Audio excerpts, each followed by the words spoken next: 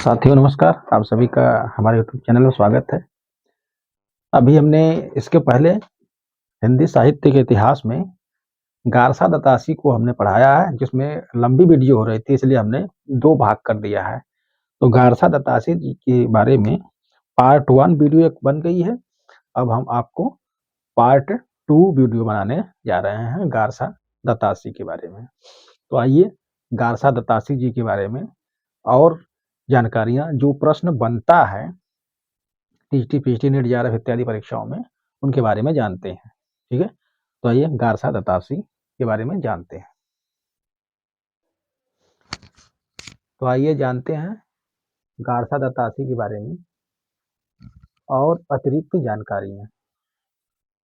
गारसा दत्तासी का प्रमुख ग्रंथ है इस्तवार द ला लिटरेचर लिटरेचर इंदोई हिंदुस्तानी। तो पहले हमने बता ही दिया इनका पूरा नाम क्या है। गारसा यानी कि पिता, तासी इनके माता का नाम का सरनेम है। ये फ्रांस और मार्सेली के रहने वाले हैं। हमने बताया कि ये इस्तवार द ला लिटरेचर इंदोई हिंदुस्तानी यह फ्रेंच भाषा में लिखा है। इन्होंने फ्रेंच भाषा में, इसकी भाषा कौन सी है? फ्रेंच भाषा। एक प्रश्न ये बनता है, किस भाषा में? फ्रेंच भाषा में। लेकिन इनमें जो कवियों का वर्णन है, एक प्रश्न और बनता है, कवियों का वर्णन इस किताब में, इस ग्रंथ, इस साहित्य इतिहास में कवियों का वर्णन वो किस भाषा की वर्णमाला में लिखा गया है? तो कौन सी वर्णमाला में लिखा गया है कवियों का वर्णन? इस्तवार द ला लिटरेचर, ये जो कवियों का वर्णन है वो फ्रेंच भाषा में लिखा गया, लेकिन इसमें कवियों का जो वर्णन किया गया है वह अंग्रेजी वर्णमाला, ये बहुत बार पूछता है, अंग्रेजी वर्णमाला कवियों का वर्णन जो है अंग्रेजी वर्णमाला में पूछता है। हाँ, वही वर्णमाला या वर्णक्रम या वर्णमाला क्रम, या जो भी कर लीजिए, अपने हिसाब से कर लीजिए। तो अंग्रेजी वर्णमाला में, फ्रेंच भाषा में, लेकिन देखिए यही कन्फ्यूजन होता है, यह फ्रेंच भाषा में है, लेकिन कवियों का जो वर्णन है वो अंग्रेजी वर्णक्रम के अनुसार इसमें दिया वर्णन है। तो कवियों का वर्णन अंग्रेजी के वर्णों के क्रम में इस कवियों का वर्णन है, उनका नाम जो दिया गया है उसमें है। इस ग्रंथ में इस्तवार द ला लिटरेचर हिंदुस्तानी में कुल 738 कवियों का वर्णन है। 738 कवि हैं। ठीक, इसमें इस ग्रंथ में गारसा दत्तासी ने 738 कवियों का वर्णन किया है। इसका कितना भाग? कुल 5 भाग है। भाग कितने हैं? कुल 5। कुल भाग 5 हैं और जो कवि हैं 738 कवि हैं। जिसमें 666 कवि उर्दू के हैं। 666 उर्दू कवि प्लस जो अतिरिक्त जो बच रहे हैं 72 कवि, 72 कवि हिंदी भाषा के, हिंदी के हैं। ठीक, तो गारसा दत्तासी का जो इस्तवार द ला लिटरेचर इंदोई हिंदुस्तानी ग्रंथ है, ये फ्रेंच भाषा में है। इसमें कवियों का वर्णन अंग्रेजी वर्ण क्रम में या वर्णमाला में है और ये कुल 5 भागों में। कुल संस्करण कितना है? कुल संस्करण 2 संस्करण, 5 भाग में 738 कवियों का इसमें वर्णन है। 666 कवि उर्दू के हैं तथा 72 कवि ही हिंदी के कवि इसमें वर्णित हैं। इसमें हिंदी और उर्दू के कवियों का वर्णन है। इस ग्रंथ की एक और विशेषता है, इसमें कालक्रम युग प्रवृत्ति व नामकरण का प्रयास नहीं किया गया है। इसमें कालक्रम, युग प्रवृत्ति,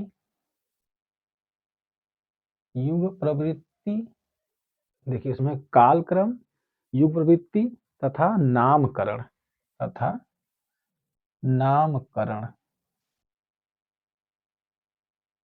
ठीक है, इन सब पर ध्यान नहीं दिया गया है, ठीक है।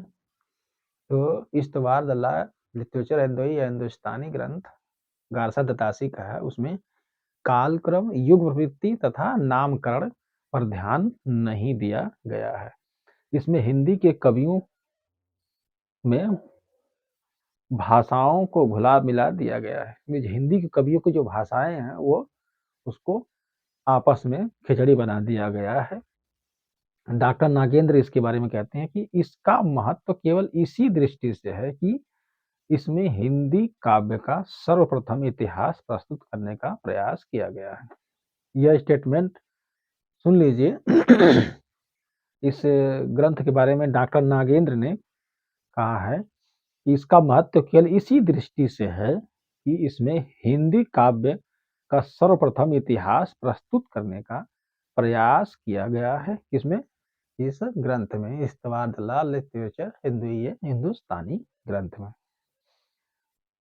उन्होंने कहा है, किसने? डॉक्टर नागेंद्र ने, कि इसका महत्व केवल इसी दृष्टि से है कि इसमें हिंदी काव्य का सर्वप्रथम इतिहास प्रस्तुत करने का प्रयास किया गया है, किंतु इसे इतिहास मानने में संकोच होता है। अर्थात उन्होंने, डॉक्टर नागेंद्र ने इसे इतिहास नहीं माना है। इस ग्रंथ को डॉक्टर नागेंद्र ने इतिहास ग्रंथ नहीं माना है। गारसा दतासी ने हिंदी उर्दू के कवियों का विवरण अकार आदि क्रम में प्रस्तुत किया है। इसमें कवियों का वर्णन जो है, कवियों का वर्णन, इस ग्रंथ में कवियों का वर्णन अकार आदि क्रम में है, ठीक है। इसमें कवियों का जो वर्णन है वो अकार आदि क्रम में किया गया है। तासी ने अपनी इतिहास दृष्टि तथा सामग्री की अपर्याप्त सूचना की व्यवस्था प्रकट करते हुए लिखा है कि यद्यपि शुरू में मेरा विचार कालक्रम ग्रहण करने का था, और मैं यह बात छिपाना नहीं चाहता कि यह क्रम अधिक अच्छा रहता, या कम से कम जो शीर्षक मैंने अपने ग्रंथ को दिया है, जिससे अधिक उपयुक्त होता है, कि मेरे पास अपूर्ण सूचनाएं होने के कारण उसे ग्रहण करना कठिन ही था। आगे उन्होंने कहा है कि आगे इनके बारे में है कि तासी जी का जो ग्रंथ है उसका विवरण, इनका जो ग्रंथ है पूछता है नेट जारफ में कथन कारण में, तो जो तासी जी का ग्रंथ है यह विवरण प्रधान ग्रंथ है, यानी कि यह ग्रंथ जो है विवरण प्रधान, ठीक है। इसकी एक और विशेषता है कि यह ग्रंथ केवल विवरण प्रधान ग्रंथ है। कौन? इस्तवार दल्ला लिटरेचर हिंदुस्तानी, यानी गारसा दत्तासी का जो ग्रंथ है यह फ्रेंच भाषा में विवरण प्रधान ग्रंथ है। इसमें हिंदी रचनाओं को वर्गीकृत करने का प्रयास किया गया है। इसमें हिंदी रचनाओं का वर्गीकरण भी किया गया है। तासी ने अपनी रचनाओं को 4 भागों में बांटा है। इसकी एक और विशेषता है कि हिंदी रचनाओं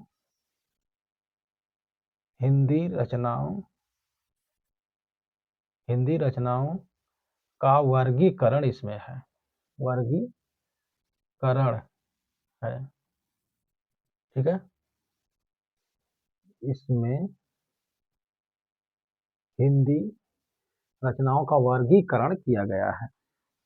उन्होंने जो वर्गीकरण किया है उसे 4 भागों में, इन रचनाओं का वर्गीकरण कितने 4 भागों में किया है। पहला, हिंदी रचनाओं का वर्गीकरण जो किया गया वो 4 भागों में इन्होंने वर्गीकरण किया है। तो पहला जो इन्होंने किया है उसका वर्गीकरण, पहला आख्यान।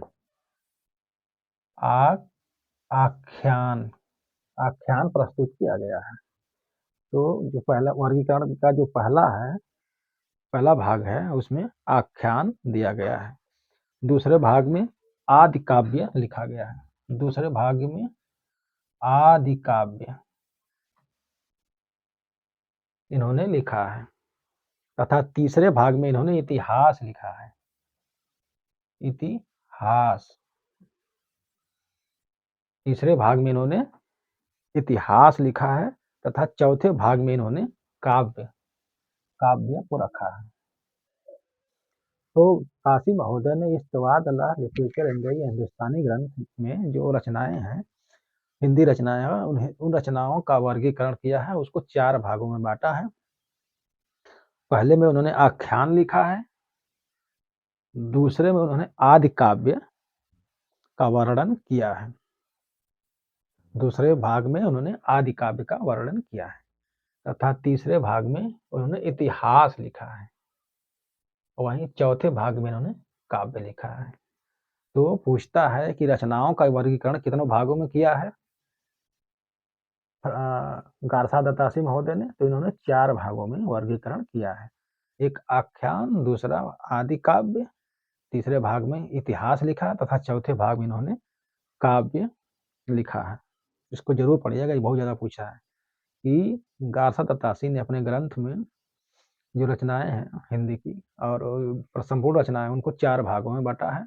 जो उन्होंने लिखा है उसको आप पहले भाग में आख्यान लिखा, दूसरे भाग में आदि काव्य लिखा है, तथा तीसरे भाग में इतिहास और चौथे भाग में काव्य लिखा है।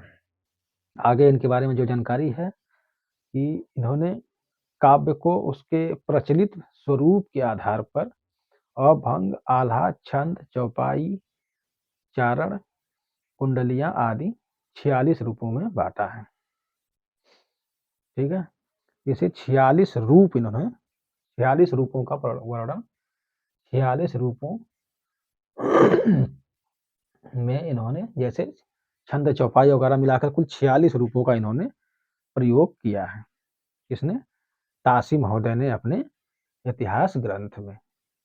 ठीक है, आगे इनके बारे में जो जानकारी है उसको लिख लीजिए। इनके ग्रंथ को हमने बताया कि इसमें 2 संस्करण है और 5 भाग किया गया है। इनके ग्रंथ में एंदुई का अर्थ, इसमें जो एंदुई है,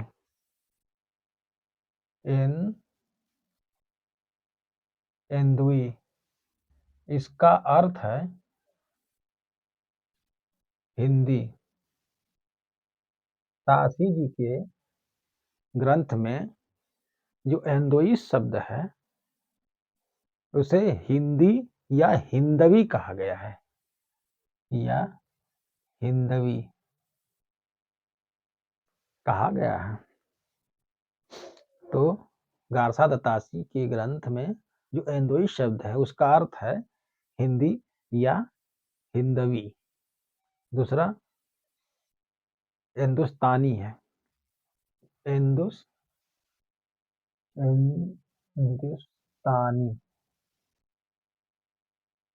हिंदुस्तानी का अर्थ है इसमें हिंदुस्तानी न होकर के, बल्कि यह हिंदुस्तानी शब्द उर्दू के लिए प्रयोग हुआ है, उर्दू के लिए प्रयोग हुआ है।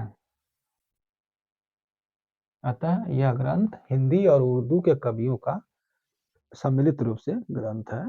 हमने बता ही दिया 666 उर्दू के कवि, 72 हिंदी के कवि इसमें शामिल किए गए हैं। तो इन्होंने एंदोई शब्द को हिंदी या हिंदवी कहा है। वहीं एंदोई शब्द जो इसमें इसमें जो वर्णन किया गया है इस ग्रंथ में इनके कास्तासी महोदय के, उसमें उर्दू के लिए हिंदुस्तानी शब्द, जो हिंदुस्तानी शब्द है वो उर्दू के लिए प्रयोग किया गया। हिंदुस्तानी यानी कि जो फ्रेंच भाषा में हिंदुस्तानी है, अगर हिंदी में आएंगे तो उसे हिंदुस्तानी के नाम से जाना जाएगा, लेकिन ये हिंदुस्तानी जो है उर्दू के लिए प्रयोग किया गया है। और इस्तवार, इसमें एक शब्द है इस्तवार। इस्तवार का क्या अर्थ है जानते हैं? इस्तवार का अर्थ, इस्तवार माने क्या होता है? इस्तवार का जो अर्थ, अगर पूछ देगा कि हिंदोई का मतलब हिंदी या मतलब ये सब अर्थ है, ठीक है, अर्थ है। हिंदोई का अर्थ क्या है? हिंदी या हिंदवी। हिंदुस्तानी का अर्थ है उर्दू से लिया गया है, ठीक है। इस्तवार का अर्थ होता है सीधे सीधे इतिहास, ठीक है। तो इसमें जो इस्तवार शब्द है वो इतिहास के लिए प्रयोग किया गया है। इतिहास, इस्तवार का अर्थ इतिहास है, ठीक है। इस ग्रंथ को रामचंद्र शुक्ल ने वृत्त संग्रह कहा है।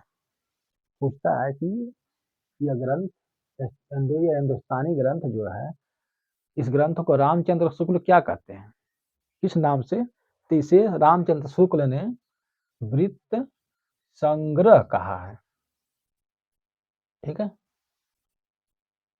ठीक है। इस ग्रंथ को रामचंद्र शुक्ल ने वृत्त संग्रह कहा है। इस्तवार द लॉ लिटरेचर एंड ये हिंदुस्तानी जो ग्रंथ है, इस ग्रंथ को रामचंद्र शुक्ल ने वृत्त संग्रह कहा है। इसमें हिंदोई शब्द हिंदी या हिंदवी के लिए हुआ है, हिंदुस्तानी शब्द उर्दू के लिए प्रयोग हुआ है, और इस्तवार जो शब्द है वो इतिहास के लिए, और लिटरेचर का मतलब होता है साहित्य, आप जानते ही हैं। आगे इनके बारे में एक और बहुत ही बढ़िया जानकारी है कि इन्होंने हिंदी पर इतना बड़ा ग्रंथ लिखा जो कि हिंदुस्तान में भी किसी ने इनसे पहले नहीं ऐसा ग्रंथ लिखा था। इनकी एक विशेषता यह है कि ये कभी भी भारत नहीं आए थे। ये तासी महोदय गारसा, ठीक है, गारसा महोदय कभी भारत नहीं आए, कभी भी भारत नहीं आए थे, ठीक है, नहीं आए थे। पूछता है कि गारसा दत्तासी जी भारत कब आए थे, तो भारत वो कभी नहीं, उन्होंने भारत की यात्रा कभी भी नहीं किया है। किसने? तासी महोदय ने, ठीक है, तासी महोदय ने भारत की यात्रा कभी नहीं किया, वो भारत कभी नहीं आए, लेकिन इसके बाद भी उन्होंने इतना बड़ा ग्रंथ लिखा है। वो फ्रांस में, जो तासी महोदय थे, वो फ्रांस में हिंदी के प्रोफेसर थे, ठीक है। तासी, ये तासी, ये फ्रांस में, ठीक है, फ्रांस में प्रोफेसर थे, ठीक है, प्रोफेसर इसके हिंदी के, ठीक है। तासी महोदय फ्रांस में हिंदी के प्रोफेसर थे। इनकी शिक्षा फ्रांस में हुई। इनके ग्रंथ का तीनों संस्करण फ्रांस में ही छपा था। इनके ग्रंथ का जो दोनों संस्करण है वो फ्रांस में छपा था, ठीक है। ये ये पूरा का पूरा संस्करण फ्रांस में ही छपा था, आयरलैंड कंपनी द्वारा छापा गया था, हमने ये बता दिया है। तासी की रुचि पहले अरबी भाषा में थी, बाद में हिंदी में है। पहले ये अरबी भाषा को सर्वश्रेष्ठ भाषा मानते थे, ठीक है। तासी की रुचि अरबी भाषा में थी। गारसा दत्तासी महोदय पूछता है कि सबसे पहले ये किस भाषा में लिखा करते थे, तो इनकी रुचि किस भाषा में थी, तो अरबी भाषा में इनकी रुचि थी। गारसा दत्तासी महोदय की हिंदी में रुचि बिल्कुल नहीं थी, उन्होंने अरबी भाषा में इनकी रुचि थी। किसकी? गारसा दत्तासी। बाद में ये हिंदी में आए। रामचंद्र शुक्ल ने लिखा है इनके बारे में, हिंदी उर्दू का झगड़ा उठने पर अपने मजहबी रिश्ते के ख्याल से ताशी ने उर्दू का पक्ष लिया और कहा कि हिंदी में हिंदू धर्म का आभास है, अर्थात ताशी इस्लाम के प्रति ज्यादा आकर्षित। तो रामचंद्र शुक्ल का ये स्टेटमेंट पूछ सकता है कि हिंदी उर्दू का झगड़ा उठने पर अपने मजहबी रिश्ते के ख्याल से ताशी ने उर्दू का पक्ष लिया। यह किसने कहा है? तो यह रामचंद्र शुक्ल ने कहा है कि हिंदी उर्दू का जब झगड़ा उठा तो अपने मजहबी ख्याल के रिश्ते के ख्याल से ताशी ने उर्दू का पक्ष लिया था और कहा था कि हिंदी में हिंदू धर्म का आभास है, अर्थात ताशी महोदय इस्लाम के प्रति आकर्षित थे। ठीक है, अब आगे थोड़ा समय मिटा करके ऊपर से फिर लिखता हूँ, छोड़ दे रहा हूँ, लिखना हो तो लिख लीजिए। आगे ताशी जी के बारे में और भी जानकारियां हैं, उसको नोट कर लीजिए। गारसा द ताशी के ग्रंथ को सन 1848 ईस्वी में दिल्ली के मौलवी करीमुद्दीन ने वाई.एफ. फैलन के सहयोग से तबकात सुवरई या तज़किरा ई सुवरा नाम से हिंदी में हिंदी के नाम से उर्दू में अनुवाद किया था। ठीक है, तो मौलवी करीमुद्दीन हुए, इन्होंने 1848 ईस्वी दिल्ली के मौलवी करीमुद्दीन कहाँ के थे? दिल्ली के रहने वाले थे। आगे आगे इनके बारे में भी बताएंगे हम आपको। तो इन्होंने वाई.एफ. फैलन के सहयोग से, ठीक है, मौलवी करीमुद्दीन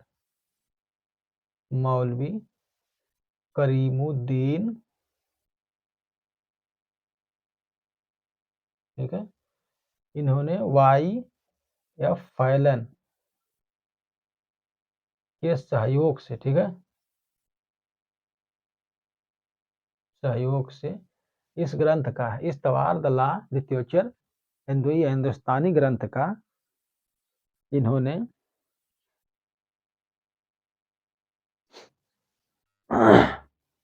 अनुवाद किया था। ठीक है,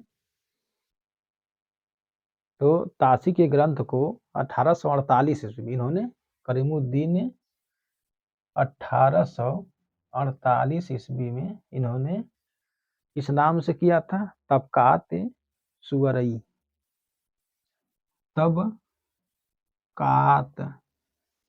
ए सुवरई,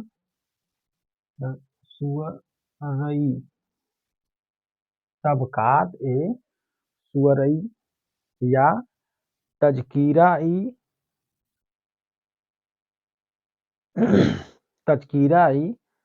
सुवरा हिंदी या तज़किरा ई सुवरा। ठीक है, तो मौलवी करीमुद्दीन ने वाई.एफ. फैलन के सहयोग से 1848 में इस तवार द लॉ लिटरेचर हिंदुस्तानी ग्रंथ का इन्होंने तबकात सुवरई या तज़किरा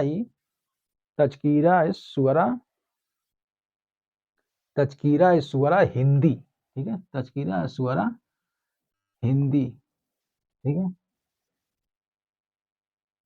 उर्दू भाषा में, ठीक है, उर्दू भाषा में अनुवाद किया। ठीक है, अनुवाद किया। मौलवी करीमुद्दीन ने फैलन के सहयोग से इस तवार द लॉ लिटरेचर हिंदुस्तानी, जो फ्रेंच भाषा में गारसी का ग्रंथ है, गारसा द ताशी ग्रंथ है, उसका 1848 ईस्वी में मौलवी करीमुद्दीन ने वाई.एफ. फैलन के सहयोग से तबकात सुवरई या तज़किरा सुवरा हिंदी, उर्दू भाषा में ये नाम था, तज़किरा सुवरा हिंदी, ये नाम था ग्रंथ का इनका, जो कि इसका अनुवाद है। यह उर्दू भाषा में इन्होंने, इसने मौलवी करीमुद्दीन ने अनुवाद किया था। सन 1953 ईस्वी में प्रयाग विश्वविद्यालय के प्रोफेसर लक्ष्मी सागर वासरे ने हिंदी साहित्य का इतिहास नाम से इसका हिंदी में अनुवाद किया था। यह बहुत ज्यादा प्रश्न बना है अब तक। इसी ग्रंथ का लक्ष्मी सागर वार्ष्णेय, ठीक, लक्ष्मी सागर वार्ष्णेय, ठीक है। इनके ग्रंथ का मौलवी करीमुद्दीन ने तबकात सुवरई या तज़किरा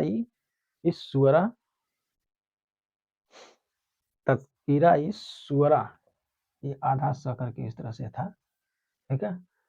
तो इस्तवारदल्लाह लिटरेचर एंड हिंदुस्तानी का उर्दू में अनुवाद किया था किसने? मौलवी करीमुद्दीन ने। तबकात सुवरई या तज़किरा सुवरा हिंदी नाम से उर्दू भाषा में अनुवाद किया था। तो मौलवी करीमुद्दीन ने 1848 में किया था। वहीं लक्ष्मी सागर वार्ष्णेय ने इसी ग्रंथ का, लक्ष्मी सागर वार्ष्णेय ने, ये बहुत ज्यादा पूछा, कितनी बार पूछा है इस ग्रंथ इसके बारे में कि इस्तवारदल्लाह लिटरेचर एंड हिंदुस्तानी ग्रंथ का अनुवाद किसने किया था? ऑप्शन में तक मौलवी करीमुद्दीन को देगा, या फैलन को देगा, या लक्ष्मी सागर वार्ष्णेय। तो नाम से दे देगा किस नाम से किया था। अगर इस नाम से करता है तो ये लोग हैं। अगर लक्ष्मी सागर वार्ष्णेय ने जो किया था इसका हिंदुई साहित्य का इतिहास, हिंदुई यहाँ आ रहा है ना, हिंदुई साहित्य कितनी बार पूछा है का इतिहास, ठीक है।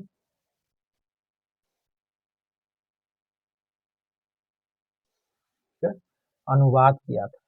यह अनुवाद किसका है? यह इसी इस्तवाल दला लिटरेचर हिंदुई हिंदुस्तानी का लक्ष्मी सागर वार्ष्णेय ने हिंदुई साहित्य का इतिहास नाम से 1954 में, ठीक है, 1954 ईस्वी में इन्होंने लक्ष्मी सागर वार्ष्णेय ने इस्तवारदल्लाह लिटरेचर हिंदुस्तानी का अनुवाद किया था। किस नाम से? हिंदुई साहित्य का इतिहास नाम से अनुवाद किया था। किस भाषा में? यह हिंदी भाषा में, ठीक है, हिंदी भाषा में। यहाँ आ रहा है ना नेट पे? तो आ रहा है, हिंदी भाषा में,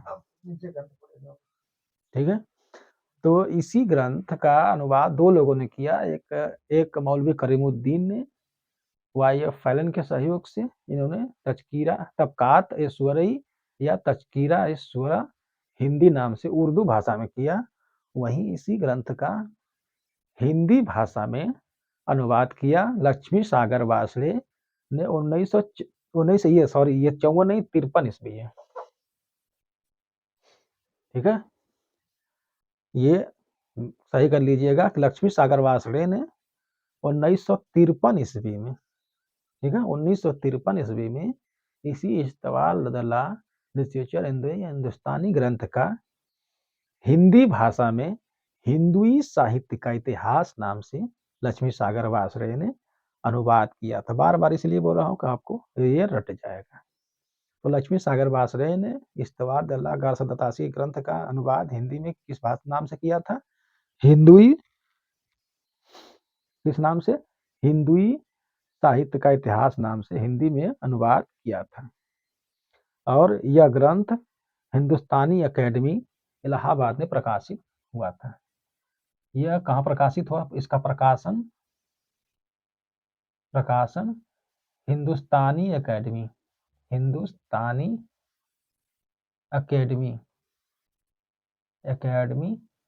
प्रयाग, ठीक है। इसका प्रकाशन कहाँ हुआ था? हिंदुस्तानी अकेडमी प्रयाग में हुआ था। उस समय लक्ष्मी सागर वार्ष्णेय ये प्रयाग विश्वविद्यालय के प्रोफेसर थे, ठीक है, प्रयाग विश्वविद्यालय के प्रोफेसर थे लक्ष्मी सागर वार्ष्णेय। तो 1953 ईस्वी में इन्होंने 1187 ग्रंथ का हिंदी अनुवाद हिंदी भाषा में अनुवाद हिंदुई साहित्य का इतिहास किया और यह ग्रंथ हिंदुस्तानी अकेडमी प्रयाग में प्रकाशित किया गया था। ठीक है, इसको लिख लीजिए, मिटाने जा रहा हूँ। तासी महोदय का जो अनुवाद करीमुद्दीन ने किया है, तो मौलवी करीमुद्दीन ने जो अनुवाद किया है, इन्होंने 1004 कवि उसका अनुवाद में उनके इसमें बाद में कई जोड़े गए हैं। उसमें हमने बताया 600 700 ये 738 कवि ना, तो बाद के क्रम के जो रहे हैं कवि उनको भी शामिल किया कर इन्होंने 1004 कवि, जिसमें 62 हिंदी के थे। करीमुद्दीन ने जो अपना अनुवाद किया उसमें 1004 कवियों का वर्णन किया है। तो इसमें 62 हिंदी के हैं। इसमें इस ग्रंथ में 62 कवि हिंदी के हैं, इन्होंने शामिल किया है। ठीक, तज़किरा तबकात ऐश्वर्या या तज़किरा ऐश्वर्या हिंदी उर्दू अनुवाद में 62 कवि हिंदी के हैं, कुल टोटल 1004 कवि हैं। और वहीं लक्ष्मी सागर ने, ठीक है, लक्ष्मी सागर जी ने कुल 358 कवि इन्होंने अपने अनुवाद में 358 कवियों को शामिल किया है। इस 358 कवि में 220 कवि हिंदी के हैं, 220 कवि हिंदी। ठीक है, तो लक्ष्मी सागर जी ने 358 कवियों का वर्णन किया है, जिसमें 220 कवि हिंदी भाषा के थे। एक और प्रश्न, तासी जी के ग्रंथ से एक और प्रश्न बनता है। इनके ग्रंथ में प्रथम कवि अंगद है। तासी के जो ग्रंथ है, इसके प्रथम कवि कौन है, पूछता है। प्रथम कवि इन्होंने अंगद को लिया। ठीक है, अंगद। तासी का जो ग्रंथ है, इस ग्रंथ में प्रथम कवि इन्होंने अंगद नाम से कवि है, उनका प्रयोग किया है, उनको वर्णन किया है। और अंतिम कवि हेमंत पंत। प्रथम कवि तथा अंतिम कवि, ये बहुत ज्यादा पूछा है भैया, ये पूछता है ना तो गड़बड़ा जाता है काम। पूछा है ये कि अंतिम कवि हेमंत पंत, हेमंत पंत है। ठीक है, तो तासी का जो ग्रंथ है इस्तवाद लिटरेचर इन हिंदुस्तानी, इस ग्रंथ में प्रथम कवि कौन है, अंगद है। प्रथम कवि अंगद है और अंतिम कवि हैं हेमंत पंत। इसमें अंतिम कवि हैं। इनके बारे में नलिन विमोचन शर्मा ने कहा है कि साहित्य अपने इनके बारे में जो लिखा है उन्होंने, साहित्य इतिहास का दर्शन लिखा है। हिंदी साहित्य का प्रथम इतिहास लेख गारसा दत्तासी का था, यह निर्विवाद है। हिंदी साहित्य का प्रथम इतिहास लेख गारसा दत्तासी का था। यह सपोर्ट या इनके समर्थन में नलिन विमोचन शर्मा ने लिखा है। नलिन विमोचन शर्मा ने साहित्य इतिहास का दर्शन लिखा है। ठीक है, इन्होंने एक ग्रंथ लिखा है, कौन सा, साहित्य इतिहास, साहित्य इतिहास का दर्शन। यह साहित्य इतिहास का दर्शन, यह ग्रंथ है, किसका है, पूछा है ये किसका है, ये नलिन विलोचन, नलिन विलोचन शर्मा। ठीक है, विलोचन शर्मा। तो साहित्य इतिहास का दर्शन ग्रंथ किसने लिखा है, नलिन विलोचन शर्मा ने लिखा है। तो साहित्य इतिहास का दर्शन, साहित्य इतिहास का दर्शन नलिन विलोचन शर्मा ने लिखा। और इसी ग्रंथ में नलिन विलोचन शर्मा ने यह स्वीकार किया है कि हिंदी साहित्य का प्रथम लेखक गारसा दतासी थे, यह निर्विवाद है। तो दोस्तों हमने आज गारसा दतासी के बारे में पूरा कर दिया। गारसा दतासी के बाद का लंबा चैप्टर था, इसलिए हमने इसको 2 भाग में कर दिया है। 1 भाग और भाग 2। तो ये भाग पूरा हुआ गारसा दतासी का। अगली वीडियो में हम मिलेंगे मौलवी करीमुद्दीन जी को लेकर के। तब तक के लिए इजाज़त दीजिए। नमस्कार।